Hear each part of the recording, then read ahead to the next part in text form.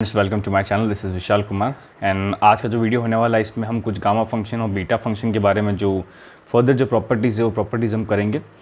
तो जो previous video मैंने बताया गामा फंक्शन क्या होता है, बीटा फंक्शन क्या होता है, तो अगर ये वाली वीडियो आपको करनी है तो प्रीवियस वीडियो में एक बार आप जाके देख लेना, क्योंकि gamma function beta function basic अगर आपको अंडरस्टैंडिंग है तो हम यहाँ पर थोड़ा सा एडवांस लेवल क्वेश्चंस करेंगे। क्वेश्चंस इन द सेंस पहले हम थोड़े से डेरिवेशन करेंगे फिर हम इसका सॉल्यूशंस करेंगे। सो बिना कुछ टाइम वेस्ट किए हम स्टार्ट करते हैं। अगर स्टार्ट करने से पहले ये बोल देता हूँ कि अगर आपको मेरा कंटेंट अच्छा लग रहा है, अगर आपको लग रहा है कि मैं थोड़ा सा ठीक कर रहा हूँ और ये बेसिकली आपके लिए पूरा फ्री में कंप्लीटली अवेल करा रहा हूँ, क्योंकि ग्रेजुएशन लेवल और CSI और नेट की जब प्रिपरेशन करते हैं तो उसके अंदर कंटेंट अच्छा और फ्री नहीं मिलता, तो मैं पूरा आपको फ्री अवेल करा रहा हूँ। तो अगर आपको अच्छा लगता है तो सब्सक्राइब कर लो। और मेरी मेन तो ये रिक्वेस्ट यही है कि आप जितना हो सके उतना शेयर करो, ताकि हर जो भी स्टूडेंट पढ़ना चाहता है फ्री के अंदर उसको ये मिल सके, ठीक है। और अगर कोई दिक्कत हो, कोई प्रॉब्लम हो तो टेलीग्राम चैनल मैंने नीचे ले दिया है, या मैंने कॉन्टैक्ट के लिए एक ईमेल आईडी दे दी है, आप मुझे वहाँ मैसेज कर सकते हो, ठीक है। सो स्टार्ट करते हैं। So what is today's agenda? The today's agenda is we will study about 4 formulas. तो बेसिकली 4 नहीं कह सकता, मैं 3 कह सकता हूँ, क्योंकि ये जो पहले फर्स्ट और सेकेंड है हमारे पास पहला वाला और ये दूसरा वाला, ये लमसम एक ही जैसा है। मैं बताऊँगा कैसे एक जैसा है, जब इसका सॉल्यूशन करेंगे ना तब आपको मैं बताऊँगा कि इन दोनों का मतलब क्या क्या है, ठीक है। तो देखो पहला तो हम पढ़ेंगे बीटा फंक्शन ट्रांसफॉर्मेशन पढ़ेंगे, फिर बीटा का ट्रिग्नोमेट्रिक फंक्शन पढ़ेंगे और कुछ इसके इंपॉर्टेंट फॉर्मूला पढ़ेंगे। जो इंपॉर्टेंट फॉर्मूला है वो हमारे पास ये वाला फॉर्मूला है, ठीक है। तो सीधा सा स्टार्ट कर लेते हैं। अब स्टार्ट करने से पहले थोड़ा सा रिकैप कर लेते हैं, what is gamma function, what is beta function. तो जब हम गामा फंक्शन की बात करते हैं, gamma n this is equal to integral 0 से infinite e to the power minus x x to the power n-1 dot dx। और अगर बीटा एम एन की बात करूँ तो बीटा फंक्शन क्या होता है, बीटा फंक्शन में लिमिट हो जाती है 0 से 1 हो जाती है, यहाँ x की पावर n-1 हो जाता है और यहाँ पर 1 माइनस एक्स की पावर हो जाता है n-1। इन दोनों के बीच का मैंने रिलेशन भी बता दिया था आपको कि रिलेशन क्या होता है। बीटा एम एन का रिलेशन होता है gamma m into gamma n upon gamma m plus n, ठीक है। ये रिलेशन बताया था मैंने, कुछ basic gamma function beta function की ये चीज़ें हैं, ठीक है। तो सीधा क्या है, टाइम वेस्ट नहीं करते, सीधा सा स्टार्ट करते हैं कि पहला जो फॉर्मूला हम पढ़ने वाले हैं वो फॉर्मूला क्या पढ़ने वाले हैं। तो देखो पहले तो मैं फॉर्मूला एक बार लिख देता हूँ, फिर मैं बताऊँगा आपको कि इसको प्रूफ करने के लिए हमको कैसे तरह से करना है। तो पहले मैं एक बार फॉर्मूला लिख देता हूँ। सो दिस इज इक्वेशन, मतलब फॉर्मूला नंबर 1 है, तो फॉर्मूला लिख देता हूँ 0 से infinite x to the power m-1 this is e to the power minus ax into cos bx dot dx is equal to gamma m upon में a square plus b square to the power m/2 into cos bx, ठीक है। तो ये हमारे पास formula है, इसको हम proof करना है। इसके अंदर एक और फॉर्मूला है, जैसे चलो मैं प्रूफ कराऊंगा तब, चलो मैं लिख ही देता हूँ यहाँ पर। एक और फॉर्मूला है जैसे 0 से infinite x to the power m-1 e to the power minus x, and this is यहाँ पर क्या हो जाएगा, कॉस की जगह साइन एक्स हो जाएगा, तो साइन bx dx। तो जो रिजल्ट भी होगा ना सेम टू सेम चीज़ होगी, रिजल्ट के अंदर जहाँ पर कॉस bx है वहाँ आ जाएगा साइन bx। तो गामा m अपॉन में a square plus b square to the power m/2 and this is sine bx, ठीक है। तो मैं इसको पूरा हाईलाइट कर लेता हूँ।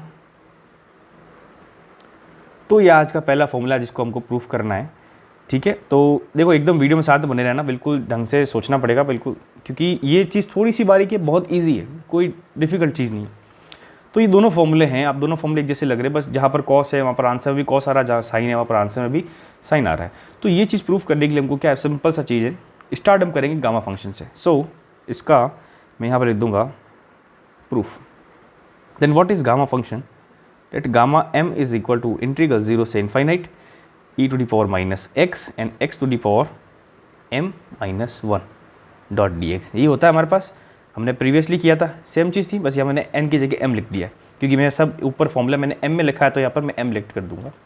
अब यहाँ क्या करूँगा, we will let x is equal to, मैं x को क्या लेट कर रहा हूँ, एक्स जेड लेट कर रहा हूँ। तो जब x को एक्स जेड ऐड करूँगा तो हमारे पास dx is equal to z into d x आ जाएगा। डिफरेंशिएशन करेंगे में क्या लिमिट चेंज होगी, बिल्कुल नहीं चेंज होगी।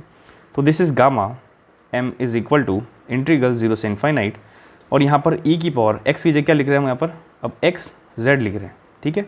फिर बाद में यहाँ पर x की जगह क्या लिख रहे हैं हम, x z to the power m-1, ठीक है। और यहाँ पीछे dx की क्या आ जाएगा, z इंटू डी एक्स। ठीक है। तो मैं इसको क्या लिख सकता हूँ, देखो यहाँ पर देखो z जो है ना हमारे पास z, ये z क्या चीज़ है, मैं यहाँ पर लिख देता हूँ where z is a complex variable. मैंने z को एक कॉम्प्लेक्स वेरिएबल लेट किया है, ठीक है। इसका यूज़ आपको पता चलेगा आगे कैसे करते हैं। तो बस अभी तो आप इतना लिखती है कि what is z, z is a complex variable. But जब x को मैं x z ऐड कर रहा हूँ तो यहाँ पर जो x एक तरह से कांस्टेंट मानेंगे हम, तो यहाँ पर जब इक्वेशन इसमें ट्रिग्नोमेट्री मतलब इंटीग्रल इक्वेशन करेंगे तो ये z की पावर जो भी होगी वो हमारे पास बाहर आ जाएगी। तो यहाँ पर z की पावर कितनी m-1 और बाहर एक मल्टीप्लाई में z है, तो z की power m-1 + 1 which is equal to z to the power m। तो हमारे पास क्या हो जाएगा, z to the power m बाहर आ जाएगा, इंटीग्रल 0 से इन्फाइनाइट। और यहाँ x की पावर कितनी आ जाएगी, m-1 सिंपल चीज़ है, और e की पावर कितनी आ जाएगी -xz डॉट dx। अब देखो ये चीज़ होगी हमारे पास, ठीक है। नेक्स्ट स्लाइड में स्विच करते हैं और इसमें बताते हैं आगे क्या कर सकते हैं हम। तो मैं क्या करूँगा, अब ये z की पावर m है ना, मैं इसके नीचे लेके आ जाऊँगा गामा m के नीचे, ताकि मैं इस पूरे इंटीग्रल को अलग रखना चाहूँ। तो अगर मैं इसको अलग लिख दूंगा तो हमारे पास थोड़ा सा हो जाएगा, तो मैं क्या लिखता हूँ, पहले इंटीग्रल अलग लिख देता हूँ। तो ये इंटीग्रल लिखता है 0 से इन्फाइनाइट, ठीक है। यहाँ पर x की पावर m-1 और यहाँ पर e की पावर -xz डॉट dx, और यहाँ पर राइट हैंड में हो जाएगा गामा m अपॉन में आ जाएगा z की power m। So let's say this is equation number 1, ठीक है। ये जो मैंने इक्वेशन 1 नंबर लाई, आपकी किताब के अंदर सिर्फ इतना ही लिखा हुआ है कि गामा फंक्शन के अंदर x को xz लेड कर देंगे तो ये इक्वेशन आ जाएगी। ये नहीं बताया कि कैसे आएगी, तो मैंने आपको बता दिया कि इसमें इतना करना है, 2 स्टेप है, 3 स्टेप है। इसमें z का कॉम्प्लेक्स वेरिएबल है। अब z जो कॉम्प्लेक्स वेरिएबल है ना, तो इस कॉम्प्लेक्स वेरिएबल को हमको यहाँ लिखना है। So we know that z is a minus iota b। What is this iota, iota is, iota की वैल्यू क्या होती है, यही होती है भाई value, it is imaginary number. तो मैंने क्या बोला था आपको, z इज़ अ वेरिएबल, तो z में a माइनस आयोटा b। अब यहाँ पर माइनस क्यों लगाया, आप बोलोगे सर प्लस क्यों नहीं लगाया, तो माइनस लगाने का अभी आपको पता चलेगा माइनस मैंने क्यों लगाया। इसको एक तरह से मान लो कॉन्जुगेट बोल दो, z का कॉन्जुगेट। लेट्स से z एक है, इसका कॉन्जुगेट जब हम बाहर लगा दें तो हमारे पास b से माइनस हो जाता है, और इसको मैंने z लेट कर दिया, तो उसमें कोई दिक्कत नहीं है, आप कुछ भी कर सकते हो वैसे, ठीक है ना। तो यहाँ पर मैंने इसको ये लेट कर रहा हूँ, ठीक है। अब मैंने ये लेट करने के बाद में यहाँ क्या वैल्यू इक्वेशन 1 में पुट कर लेता हूँ। So let's say this is equation number 2। So equation number 2 in equation number 1, तो क्या हो जाएगा, इंटीग्रल 0 से इन्फाइनाइट, यहाँ पर x की power m-1 e to the power -x, z की पावर, z की जगह क्या आ जाएगा a iota b dot dx। अब यहाँ पर राइट हैंड साइड में क्या हो जाएगा, गामा m हो जाएगा, एंड अपॉन के अंदर क्या होता है, z की पावर m, मतलब a माइनस आयोटा b की पावर m। अब देखो यहाँ पर सिस्टम ऐसे होता है हमेशा, जब भी हम कॉम्प्लेक्स जब इक्वेशन की सॉल्यूशन करते हैं तो हम क्या करते हैं, किसी भी कोशिश करते हैं कि नीचे जो हमारे पास है ना कॉम्प्लेक्स, या मतलब आयोटा नहीं आ जाए, मतलब डिनोमिनेटर में, तो हम क्या करते हैं उसी का जो कॉन्जुगेट पार्ट लेके ऊपर नीचे मल्टीप्लाई कर लेते हैं ताकि ये नीचे वाला चीज़ एलिमिनेट हो जाए।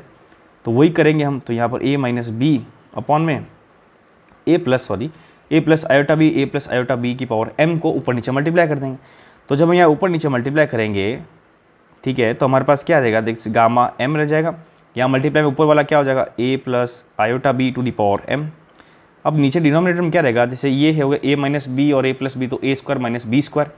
अब यहाँ पर a स्क्वायर तो ये मैंने कर दिया, माइनस बी स्क्वायर और आयोटा स्क्वायर, तो आयोटा स्क्वायर कितना होता है -1, तो minus minus will be plus, तो यहाँ पर a square plus b square हो जाएगा, इसकी पावर कितनी हो जाएगी, m हो जाएगी पावर, ठीक है।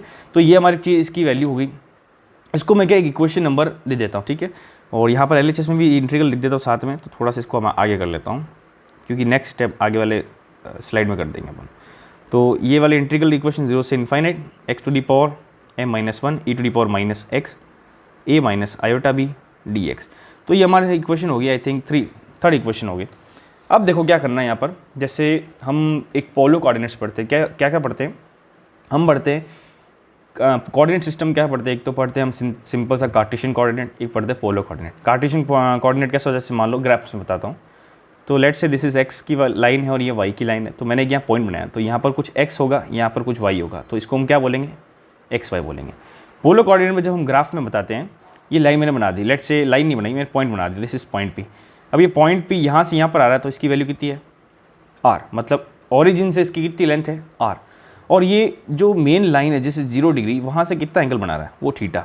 तो जो ये p होगा ना, इसका जो पॉइंट पोलर कोऑर्डिनेट में क्या हो जाएगा, r थीटा, ठीक ठीक है। तो दोनों डिफरेंस बीच में यही है कि कार्टेशियन में ये चीज़ होती है और पोलर कोऑर्डिनेट में ये होती है, मतलब उसमें एक एंगल आ जाता है और एक ओरिजिन से कितनी डिस्टेंस है इस पॉइंट की उसको बोलते हैं हम आर।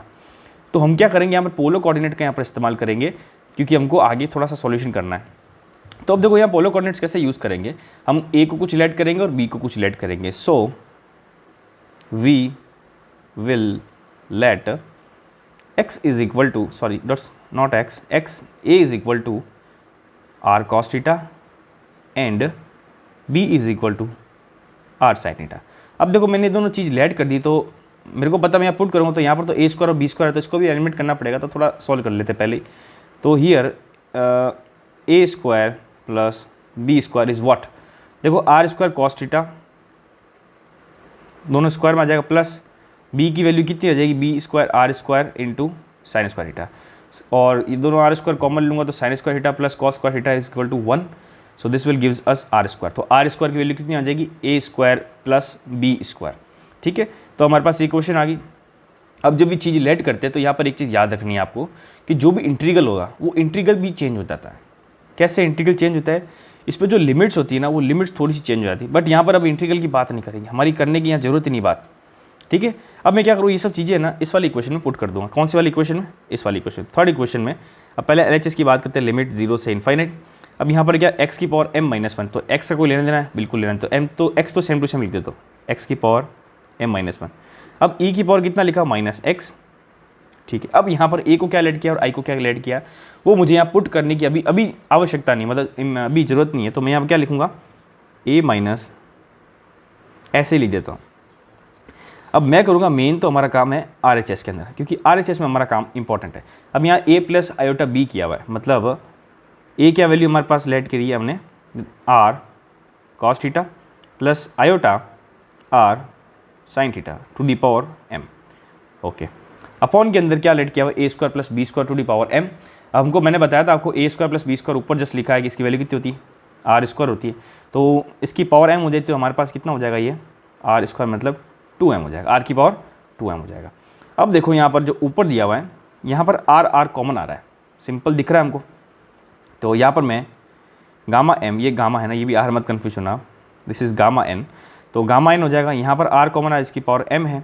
ठीक है, और यहाँ ब्रैकेट में आ जाएगा cos theta plus iota sine theta power m upon में r की पावर 2m। अब ये m से m माइनस हो जाएगा, तो मैं नीचे लिख दूंगा यहाँ पर सीधा सा r की पावर m।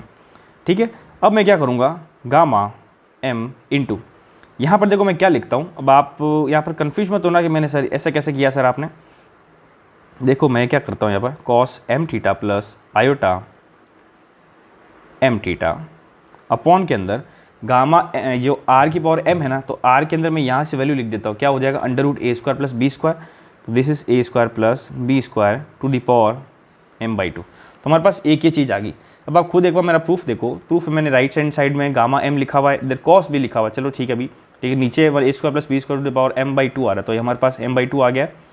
अब इनको मैंने, आपके मन में क्वेश्चन आ सर यहाँ पर आपने cos theta plus iota sine theta की पावर m इसके अंदर कैसे लगा दी।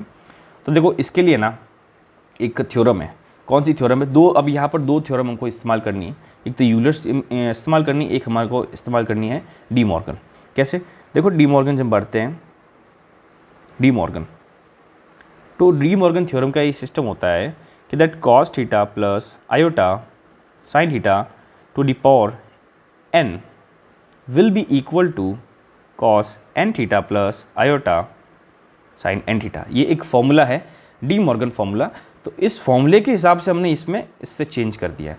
ठीक है ना, तो यहाँ पर कन्फ्यूज मत होना, आप अपने नोट्स में लिख देना साइड के अंदर, डी मॉर्गन थ्योरम अच्छी तरह से याद कर लेना कि कोई भी अगर कॉम्प्लेक्स हमारे पास ट्रिग्नोमेट्रिक इक्वेशन दी हुई, इसमें दो, एक इमेजिनरी एक रियल दिया हुआ है, this is real and this is imaginary, तो उसकी जो पावर दी हुई होती है तो वही हमारे पास ट्रिग्नोमेट्रिक इक्वेशन के जो एंगल के साथ में मल्टीप्लाई में लग जाएगा। ठीक है, तो मैंने इसके हिसाब से यहाँ पर ये पुट कर दिया। ठीक है, तो अब मैंने पुट कर दिया है, तो मैं एक बार क्या इक्वेशन वापस लिख देता हूँ। सो दिस इज 0 से infinite x to the power m-1 e to the power minus x, this is a minus iota b and this is dx which is equal to gamma m upon में हमारे पास बताया था a square b square to the power m/2 और multiply by cos I think ms m theta plus iota sine m theta.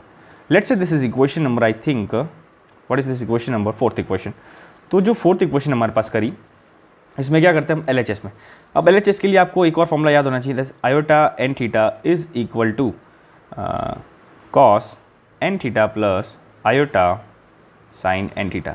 This is called Euler's theorem. ये Euler's theorem आपको यहाँ पर याद होनी चाहिए, क्योंकि इसका यूज़ करके मैं LHS में ई की पावर जो भी दिया हुआ हमारे पास, इस सब को चेंज करके मैं इसमें चेंज करना चाहूँगा। कैसे? पहले देखो 0 से इनफाइनाइट मैं क्या करूँगा, जैसे अगर मैं फॉर्मूला देखूँ, यहाँ फॉर्मूले में हमारे हर जगह क्या लिखा हुआ है, ई की पावर AX लिखा हुआ है, बट साथ में cos BX लिखा हुआ है। तो मुझे ई की पावर AX को तो पहले अलग कर देना है। तो मैं क्या करूँगा, यहाँ पर ई की पावर AX को मैं अलग करने की कोशिश करूँगा। तो m की पावर माइनस ए, ई की पावर माइनस AX अलग कर दिया। अब हमारे पास क्या बचा, ई की power plus iota B dot DX। अब इसको क्या लिखेंगे हम यहाँ पर, इंटीग्रल 0 से, मैं यहाँ लिख देता हूँ LHS, ठीक है ना, कन्फ्यूज मत होना, x की पावर m-1 ई की पावर माइनस AX, ठीक है, और बाद में ई की पावर माइनस आयोटा B है। तो यहाँ पर आयोटा B अगर मैं यहाँ वाला फॉर्मूला लगाऊँ तो हमारे पास क्या आ जाएगा, cos BX plus iota sine BX dot DX। हो सकता है ये। सो दोनों को मैं इक्वेट कर देता हूँ, RHS LHS को। हमारे पास क्या इक्वेशन हो जाएगी, 0 से infinite x to the power m-1 e to the power minus AX into cos BX plus iota sine BX into DX will be equal to, above वाला कितना था, गामा m अपॉन में a square plus b square to the power m/2 and multiply by cos m theta plus iota sine m theta. ठीक है, तो ये चीज़ कर दी। अब हम जैसे यहाँ पर क्या करेंगे, इस इक्वेशन को इक्वेशन 5 नंबर दे देंगे। अब थोड़ा सा रिकॉल करो, प्रीवियसली आपने कुछ भी ऐसे क्वेश्चंस करे होंगे कॉम्प्लेक्स के अंदर। तो हम क्या बात करते हैं, अगर मान लो complex x plus iota y दिया हुआ है और RHS के अंदर हमारे पास 64 दिया हुआ है, तो और मैं बताऊंगा कि सर हमको बताओ कि what is the value of real, what is the value of real and what is the value of imaginary. तो देखो रियल हमेशा पता है, मैंने क्या बताया था, आयोटा के अलावा वाला होता है वो रियल बोलते हैं, तो रियल इज़ x। तो यहाँ पर जब मैं कंपेयर करूँगा तो यहाँ पर मैं ऐसे लिख सकता हूँ 0 इंटू आयोटा या आयोटा इंटू 0 लिख सकता हूँ मैं। तो इसका मतलब क्या है, रियल वैल्यू कितनी होगी 64। तो जो इक्वेशन क्या बनेगी, x इज इक्वल टू 64, ठीक है। और जो imaginary value which is y which is coming before the iota, तो आयोटा साइन के पहले आने वाला y है, तो y के जो सामने क्या आएगा यहाँ पर 0, तो y की वैल्यू 0। तो ये दो इक्वेशन बनी ना। तो सेम टू सेम ये वाली मेथड यूज़ करेंगे यहाँ पर। तो इसमें भी यही करेंगे कि LHS में भी हमारे पास दो टर्म, एक तो रियल वर्ड है, एक इमेजिनरी।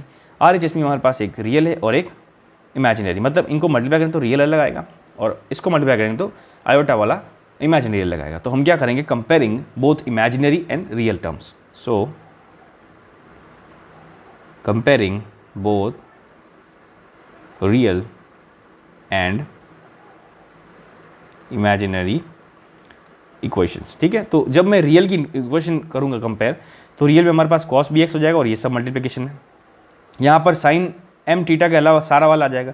तो जब मैं रियल करूँगा तो यहाँ पर 0 से infinite x to the power m-1 e to the power minus AX and here cos BX dot DX will be equal to gamma m upon में a square plus b square to the power m/2 और यहाँ पर cos mx आ जाएगा, ये वाला com mx या m theta, sorry या m theta ही बात करें तो m थीटा आ जाएगा, ठीक है। और जब हम इसकी बात करेंगे, किसकी बात करेंगे हम, imaginary which is sine BX, तो यहाँ पर आ जाएगा हमारे पास sine BX dot DX will be equal to gamma m। ये तो सेम टू सेम चीज़ होगी दोनों में, बस चेंज क्या हो जाएगा, cos m की जगह हमारे पास क्या आ जाएगा, sine m theta. So hence proofed, हमने ये चीज़ भी अच्छी तरह से प्रूफ कर दी है। अब ये दोनों फॉर्मूला आपको यूज़ करने का आपके मन में क्वेश्चन आ रहा होगा, सर ये क्यों यूज़ करते हैं, इसका मतलब नीड क्यों है सर, मैं तो सिंपल यूज़ करूँगा। जैसा मैंने बताया था कि कुछ क्वेश्चन करते हैं, तो मान लेते हैं जैसे इंटीग्रल, हम जानते हैं कि अगर एक फंक्शन का मैं इंटीग्रेशन करके बताऊँ, ठीक है, लेट से कोई भी एक फंक्शन दिया हुआ f(x), इसका इंटीग्रेशन करना बहुत ईजी है। बट हमारे पास late say this is fx1 और fx2 दो आ जाए, तो हम क्या करेंगे, ये भी हमने सीखा था, बाई पार्ट से कर लेंगे या कुछ चीज़ लेट करके कर देंगे। बट कभी कभार अगर क्वेश्चन आ जाए कि एक फंक्शन आ जाए, दो फंक्शन आ जाए और तीन फंक्शन आ जाए, अब मैं तीन फंक्शन कैसे करूँगा सॉल्यूशन, मतलब x हो गया, x स्क्वायर हो गया, लेट से ये e to the power I think 6, चलो e⁻²x हो गया, यहाँ पर आ गया cos bx। अब इन तीनों का इंटीग्रेशन कैसे करूँगा मैं? तो एक पर्टिकुलर जो 3 टाइप के इंटीग्रेशन इनको सॉल्व करने के लिए हम इस चीज़ का यूज़ करते हैं। बट आपको ये ध्यान रखना है, लिमिट सेम होनी चाहिए, ये चीज़ें सेम होनी चाहिए। नो मैटर कि अगर नहीं हो रहा है तो भी आप कर सकते हो, ठीक है ना। तो यहाँ पर ज़्यादा कन्फ्यूजन नहीं होना है। चलो ठीक है, तो यहाँ पर मैंने आपको यूज़ बता दिया। इसके एग्जांपल्स मैं आपको अगली वीडियो बनाऊंगा। अभी क्या कॉन्सेप्ट समझ लेते हैं, क्या फॉर्मूला हमको डेरिवेशंस और फॉर्मूले के प्रूफ समझ आ जाएंगे ना, तो हम क्या कॉन्सेप्ट आगे अच्छी तरह समझ लेंगे। तो हमने यहाँ पर ये चीज़ कंप्लीट कर दी। अब इसके बाद में इसी फॉर्मूले से और फॉर्मूले डिराइव होते हैं। कैसे? जो हमारा नेक्स्ट शो टॉपिक होने वाला है, इस टॉपिक में हम क्या करेंगे कि let a is equal to 0।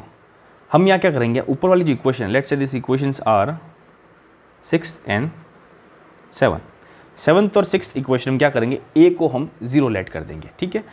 तो a को जब 0 लेट करेंगे तो हमारे पास थीटा की वैल्यू कितनी हो जाएगी भाई? अगर हमारे पास, अगर मुझे a की वैल्यू 0 लेट करनी है तो मैं थीटा की वैल्यू कितनी करूँगा, π/2। सिंपल चीज़ है ना ये तो ये थीटा की वैल्यू π/2। अब देखो मैं लेट कर रहा हूँ, ठीक है ना, a की वैल्यू 0 लेट कर रहा हूँ और थीटा की वैल्यू कितना हो, π/2 कर रहा हूँ। अब देखो आपके मन में क्वेश्चन आ रहा होगा, सर ये थीटा की वैल्यू π/2 कैसे हुई? देखो स्टार्टिंग बताया था मैंने कि a को मैंने क्या लेट किया था, a को मैंने किया था r cos थीटा। अब अगर मैं a को 0 लेट कर दूँ, मतलब r cos theta is equal to 0, इसका मतलब cos theta is equal to 0। अब cos थीटा 0 कब आता है,